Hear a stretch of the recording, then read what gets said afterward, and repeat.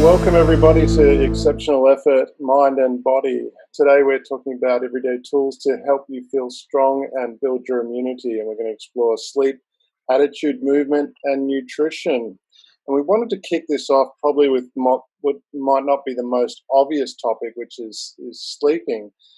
In our pre-show meeting, we had a bit of a discussion about this and thought it was a really important topic to discuss. And I remember when I was the CEO of the Family Peace Foundation, the two leading psychologists that we had on board really hit on the point that sleep is very underrated for your well-being and to be strong and build your immunity. So let's start with the importance of sleep and the benefits you get from that. So I would say, I sleep for anywhere from 6 to 10 hours a day, and I had a really good night's sleep last night, and so I'm wide awake right now and able to function and able to be present and engaged and happy. I know that when I go any less than 6 hours of sleep, I'm pretty much upset or a little bit on edge and can be kind of cranky. So that's just, I guess, a surface level thought towards sleep right now, and something about being in the moment and being, like I said, wide awake right now and excited to be here. So well, as my website, it's about chronic fatigue. Well, sleeping is an important part of recovering from fatigue, obviously. And the night is a time when we clean our brain, as to say, all the toxins are washed out. We need the sleep to clean the brain and to waken up with a clear head, so to say. So when you wake up with a headache or whatever, it often means that we don't sleep enough. People try to say, well, I'll sleep 1 hour less so I can work 1 hour more in the daytime, but it's often not the right attitude. I'm fascinated about the timing of sleep that's beneficial. So like if you go to bed much earlier and get up earlier, I have seen studies over time that I've been looking at this that talk about the difference it makes. If you go to bed early and get up super early, is that sleep more valuable than, say, going to bed at 2 a.m. and sleeping maybe many hours and well into the next day, but you feel terrible and you're not getting the same healing benefits, growth hormone kicking in when you're asleep at a certain time? Does that matter? And I don't know if you guys have seen reports on shift workers, having effects on their life, their longevity, their immunity and health because they're sleeping at weird hours. So I'm curious about that. I know there's something to it, and I haven't done a ton of research, but I know from my experience. Can you hear me? Because my computer gave me a funny little signal, but you can still hear me, okay? Mm-hmm. Yeah, good. Because I did shift work a long time ago. I worked in construction up in mine sites, and I did a long stint where I was doing night shift regularly because I wanted to learn some equipment. So I was actually, and that was a place where I could do that. And I was getting trained to use equipment. But after 3 weeks, they took me off. I didn't realize why initially. But then after I was a bit jaded actually because I kept wanting to learn this machinery.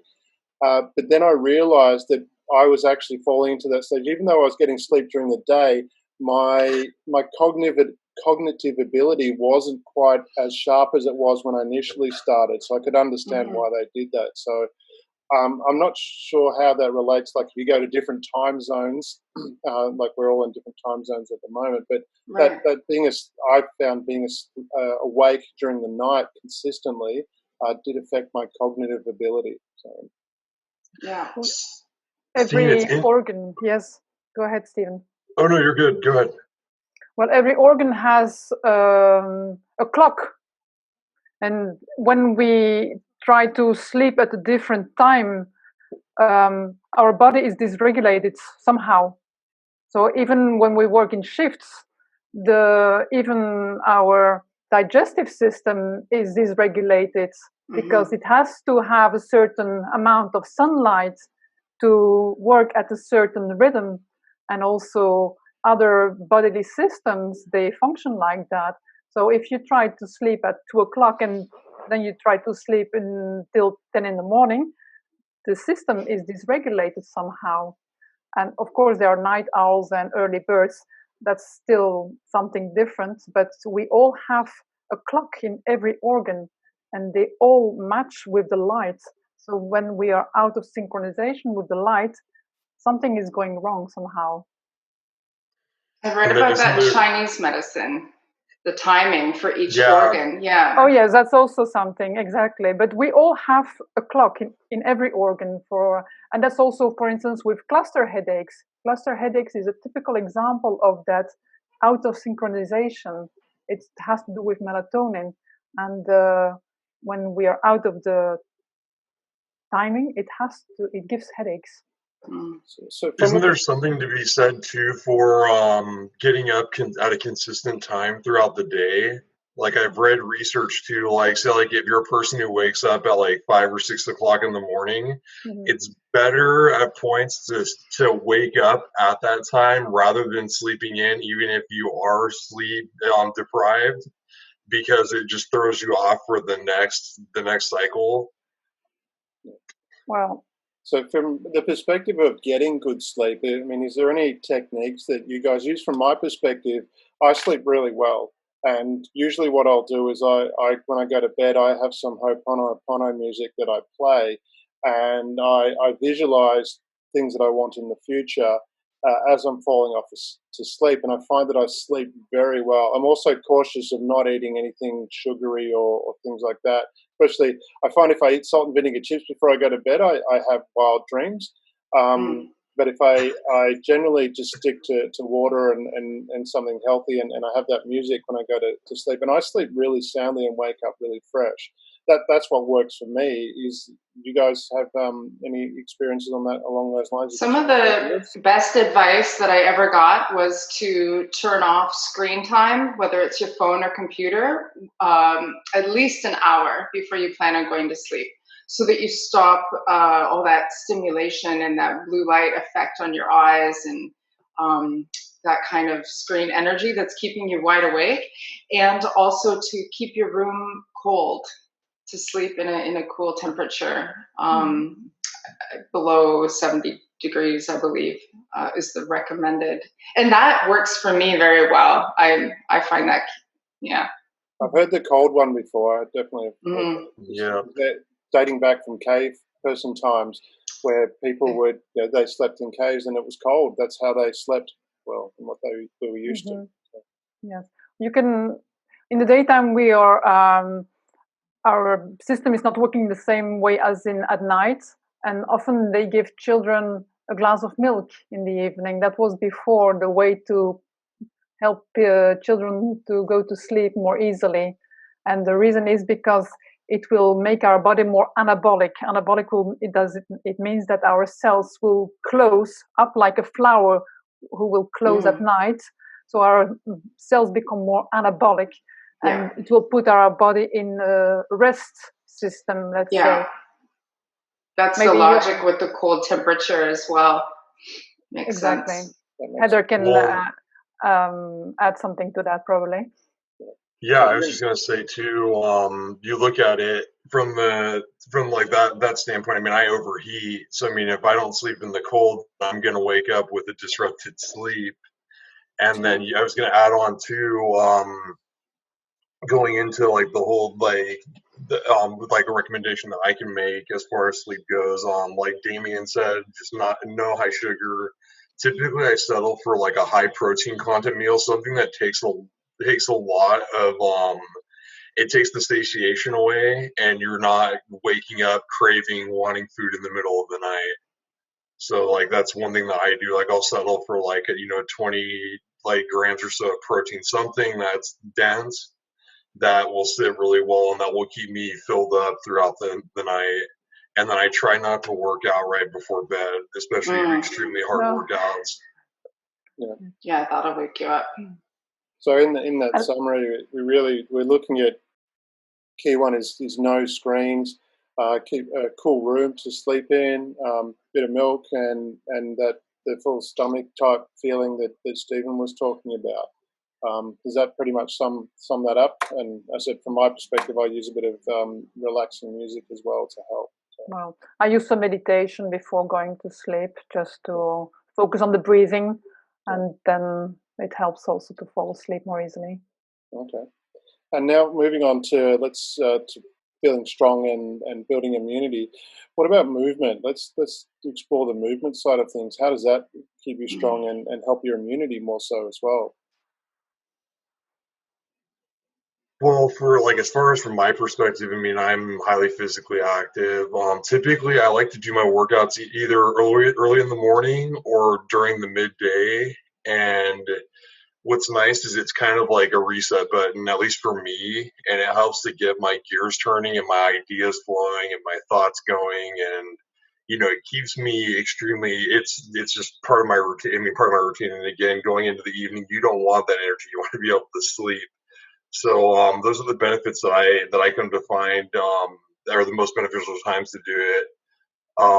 And then as well as like the level, moderate to vigor. It's recommended actually by Shape America. Moderate to vigorous activity is around 60 to 90 minutes a day.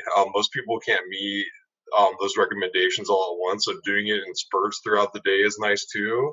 And it gives you little like short energy boosts throughout the day, and that helps me through my teaching day. That helps me through the hard times. If I have a moment where I'm having a rough time, I'll take like 5 or 10 minutes away and go get a walk in or go do like a short circuit workout. Do something that's going to help me reset for the next moment rather than dreading on it and continuing to perseverate on that, the issue that's going on. So that's, I mean, a little bit of insight for me. I can represent the people who don't exercise enough. I would speak up for people who kind of know that in theory, and I understand the benefits of exercise. Definitely, I know that if we have a handful of key puzzle pieces for health and immunity and longevity and all of that, exercise is definitely one of them. And I am the first to admit that I fail at that terribly. I'm fairly sedentary. When I was actively working in the hospital, I was always on my feet and moving people around and very active just because of my job. And it's been many years since I really needed to do anything physical for work. And I just I don't exercise. So for me, this is a real struggle, is to try to do that, because I know what you're saying is true. And 90 minutes, geez, I don't get 9 minutes. Yes. Well, I have to admit that I'm not the most, I'm not the best example either. I just walk the dog. That's enough. And it's a small dog, so I don't have to go that far. It's not even a decent sized dog you're walking. Yes, but I adopted the dog because I was for a very long time I was bedridden, and as soon as I felt that I was able to walk outside the house, let's say, then I adopted the dog and I took a daily walk. So that's my exercise for the moment.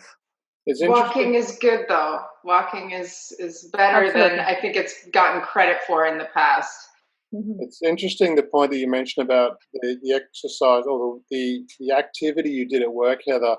I've read a number of studies, and ones where they did this with cleaning ladies, and what they did was they recorded how much activity they did. And what they found was those ladies were doing extremely well. They asked them, did they think they were exercising much? And I know this study. Yeah. Well, you know where I'm coming from here. Yeah. So, and they explained to them, they asked, did they think they were exercising, and they all said no, they didn't think they were exercising. Then they recorded the amount of physical activity they did in their day. Then what they did was they actually told them, they said, well, this is when you're actually doing your job, this is the actual level of physical activity you're doing, and just be aware of that.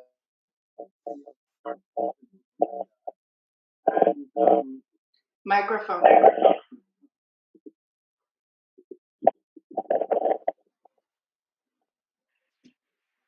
My computer keeps switching to my AirPods, so I've just thrown them to the other side of the room. Can you hear me? They're out of range. But yeah, so what they did was they recorded. So they recorded the activity. They told them that this was the level of physical activity they were doing. But then they said, focus on that and be aware that you're actually doing a lot of physical activity. And then what they did was they monitored their physical, their well-being from that. And they actually found that these ladies improved their physical fitness just from changing that mental attitude of believing that they're walking up and down stairs and the cleaning that they were doing was actual physical activity, and their whole level of fitness improved dramatically just from that change of attitude, which is one of the topics we're talking about. And Heather, you're saying you read that study as well. So yeah, that's so interesting to me because I'm fascinated with the mind factor in our health. Right. And this has been studied in medicine in biofeedback, in ways that we can actually control and contribute to our own healing and real measurable chemical processes just because of our thoughts, just because of how we're thinking and feeling about ourselves and our health. And it kind of explains why some people don't seem to age, and why there's people in their 60s and 70s who act like they're 30 and they feel awesome. And because they've decided that they are young and strong and feel awesome, therefore they are. There's just such a huge mental component. And that makes a lot of sense when you look at that study on exercise. If you don't think you're in shape, then you fixate and focus on how out of shape you feel. And then that is your reality, and that will grow. No, you're so spot on, Heather. I spoke with Damien before about a book that I read when I was really sick. And in the book, there was this example of people with multiple sclerosis. And they had to imagine the exercise they were doing playing tennis when they were not able to play tennis anymore. Yeah. And just by imagining it, they were building muscles. Yeah. So I was in my bed and I was imagining I was walking. I was thinking, just, imagine that was a visualization exercise. Just imagine you're walking. And that's how I think somehow it helped me to walk again when I was so bad at that moment. So I agree. It's a fascinating thing how your mind can really push you to do things. I was gonna say, like, just adding on to the whole movement piece too. I mean, you look at like the history of humans, like just in general, like going, just completely back to movement. We were hunter gatherers at some point, and we relied on movement. I mean, we were moving, several miles a day in order to get food. And so imagine like kind of like how our body works, like our body needs, we haven't evolved to the point where we don't need movement. And so it's, kind of just a piece that's there, and it's, going to continue to be there until we, evolve otherwise. So I think it's just a part, and it helps the fire of the brain. And I actually watched a really cool, it was a really cool TED Talk, and it was a neuroscience TED Talk on a woman who actually did a study on movement and its impact on the rewiring of the neurons in the brain and creating new, nerve networks for different thoughts. And so it helps to preserve and to increase, your ability to process thoughts and to come up with ideas and to do everything that the brain's designed to do. It's in our blueprint. We have to move to function. I find, like, from that perspective of maintaining your immunity and your wellness, there's times where I've felt myself being sick, and actually felt that physically had the symptoms of starting to be sick. And then what I've done is, in my mind, I've actually focused on the inside of my body and noticed that there's kind of a darkness there. And so what I've done is I've actually switched that, and I have this mental image that floods through my body whenever I'm feeling unwell. And it literally like rainbows. And I don't know if you ever remember the movie Who Framed Roger Rabbit, when they go into the scene and there's all these little birds flying around. And it's kind of like that in my body. And whenever I've done that, all of a sudden I immediately start to feel better. And within a couple of hours, any symptoms that I had of being sick disappear, and I feel great. And I remember, and this is where you were talking before about the power of the mind. This is a true story. A long time ago, when I was probably 23, and I had a wart that grew on my little finger, and being probably a sucker for punishment, I actually cut it out myself, and it grew back, and I cut it out again, and I did that 3 times, and it grew back every time. Then, and I said, finally, I said, this is going to go. It's going to be gone. And I went to sleep. I woke up the next morning. It disappeared. It had literally disappeared, and I never saw it again. And that was just, how that worked, I have no idea. But I made this conviction in my mind that it was going to be gone, and it completely disappeared. It's the power of the subconscious with my mind. sleep. Something we should talk about again and look into is finding those studies and the research that's being done on this, because I know there's a whole spectrum, and some of the discussion about mind over matter and people healing themselves can be very woo-woo, and it's really kind of out there and outside of the realm of medical science and what we can measure. Yeah. So it's easily dismissed, and I understand that because I like to see the reasons, the measurable science behind why things work. But there are also really interesting studies going on about laughter for healing, and the way that you can raise your endorphins and all those happy chemicals, and what the chain reaction of that is for healing, for these kind of miracle results that people get. If you dig down and study enough, you can usually find some logical, scientific understanding for that. And I find it so fascinating. I feel like this is an area of medicine that is just starting to pick up steam, and people are just starting to look at the mind connection and how we can, control our physiology and make the even the drugs that we need to heal ourselves. We have the ability within ourselves to create a pharmacy. So this is an incredible resource. Well, this is where, when you talk about that, and people do, there is that attitude that is a bit of hokum, but it is, like you say, there's a number of actually reputable doctors studying this. And right, also, too, just from that perspective, when you look at what the body can and can't do, you just have to look at people with split personalities, people that actually have real split personalities. When they shift from one personality to another, birthmarks will appear and disappear. Their physiology will change. Just from that changing of personality. So if someone can do that from a changing of personality, we all have that ability to get that wellness. It is a bit of a mystical area of science, but there are really compelling studies, so it's worth looking at. I hope we have more measurable things to look at soon in that area. Yeah, there is a lot of things done at the moment that I've seen where they actually they study the brain, so they're actually doing MRIs of the brain while this is going on, and they can see the parts of the brain that are lighting up and not lighting up as someone's changing their thought process, and how that affects, and also to measuring the chemicals in the body as people change. So there is a lot of studies on that at the moment, which is really exciting. So yeah, definitely should talk about them more. Sorry, Stephen, go ahead. I was just going to say, the power of placebo. I mean, there's so many studies that are already out on placebo, and, they've done a number of studies, and I can't think of any off the top of my head, but where they'll give, the magic pill, to people, and half of them will get it and half of them won't, and you see very similar results. So yeah, there's very much something going on in the mind that stems far beyond what it is that we're able to delve into at this point. And it's, I definitely would be curious to see this research that you guys are talking about too as well, just for the curiosity's sake at this point. One thing I'd like to add to that too, where a lot of people fail in this area where it doesn't work, and this happens a lot with people trying to quit smoking, is they focus. If I say to you to not think of a blue car, your mind has to reference that blue car to not think about it. So by saying don't think of a blue car, if you say that to yourself, I don't want to think of a blue car, you have to think of a blue car. It's the same like if you say I want to quit smoking, I don't want to smoke. you're thinking of yourself as smoking, so you're fighting against yourself.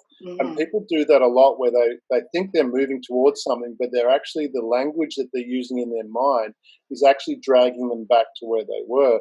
And it should be, when you want to do that, like I've smoked and I've quit smoking, and when I quit smoking, I always had in my mind saying, I'm going to be healthy, I'm going to breathe clean air.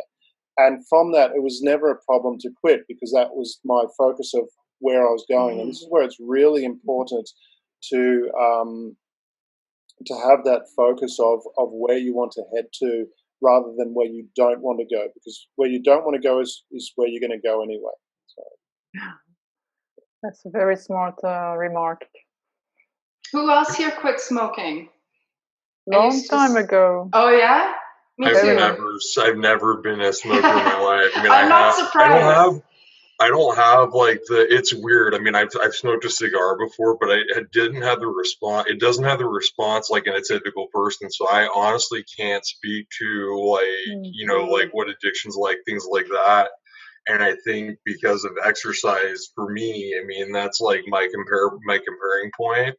And so I'll sit there and I'll experience it. And I'm like, oh, this is not even comparable to what it is that I can provide for my body myself. So why do it? Is, I think, what my mentality is. And so again, speaking to the mind and speaking to, just, I guess, previous experiences that have far outweighed, the reward that apparently comes with, the act of doing these other things. I don't know. So yeah, well, we develop inaccurate ideas around these habits. So just like you were saying, Damien, with smoking, when you are a smoker, typically you've got this thought process that says, I'm going to reward myself, I'm going to treat myself, this is how I relax, this is nice for me. And I used the Alan Carr How to Quit Smoking book when I was quitting smoking, and it really does play with your thought process around it. So it teaches you to say, no thanks, I'm a non-smoker, and think of yourself differently, and stop thinking of this negative, toxic thing as a favor to yourself. Like, break that lie, right? And a lot of people don't realize that they're lying to themselves that way. I think whether it's drinking alcohol or eating junk food or staying up till 3 a.m. or whatever they're doing, they've created a lie that they're telling themselves, this is a favor to me, it's a treat, I'm getting away with this, like it's good. And that's a total sham. So as soon as you recognize that you're actually lying to yourself and the opposite is true, this is harming you, it's not a favor, then you can start to maybe, with that self-awareness, take steps to undo it. I wonder how many people don't realize that what they're treating themselves with is toxic. It's like, sweets, sugar, it's the same. Exactly, yeah. It's, but also for smoking, like you say, it's a way to relax. What people don't realize is when they smoke, they inhale very deeply. It's a kind of deep breathing exercise. Yeah, exactly. And if they just do it without a cigarette, it's just a deep breathing exercise. If they just throw the cigarette away, they just do it for 2-3 minutes and they feel relaxed. Yeah. And that's if they just make that switch, I'm going to do a deep breathing exercise without the cigarettes, and they will feel as relaxed as with a cigarette. And they don't need the toxins. I've heard with the hand too, just the motion of bringing your hand to your mouth, and so potentially even, and like I said, this is coming from a non-smoker, replacing what's going in your hand with something that you really can't inhale, like that you can put to your mouth, but that doesn't do anything. So, because I've heard a lot, there's something to this, like this whole, like I'll rub my lip, habitually. And so like some of it boils down to, I think, the habit too, things that you're used to doing, like you said, like breathing or bringing something to your mouth. So habit plays a big part of that. And what you're right in that, Stephen, is people, firstly, as Heather was saying, that they trick themselves into thinking that it's good. As Enemy said, you're right. The smoking creates a state change. So people say it relaxes you. They're feeling tense, and the smoking it creates a chemical change in your body. So it's not necessarily relaxing you; it's just changing your state. Yep. And this is where, as Emily said, if you change your state by breathing deeply, that will give you a state change as well. Or doing anything that's going to make your state change. Jumping up and down on the spot will actually create that state change for you as well. And I said one of the biggest things is that attitude and that focus of not thinking of what you don't want, as in I want to quit smoking, but thinking of, what do you do want? I want to be healthy. I want to breathe. And I found from that perspective, I've smoked a few times and quit a few times and never had a problem doing it, because when I made that, it was my choice. I chose that I want to be healthy. And once I'd made that decision, that was my focus, and I stayed focused on that, and it was very easy to not smoke.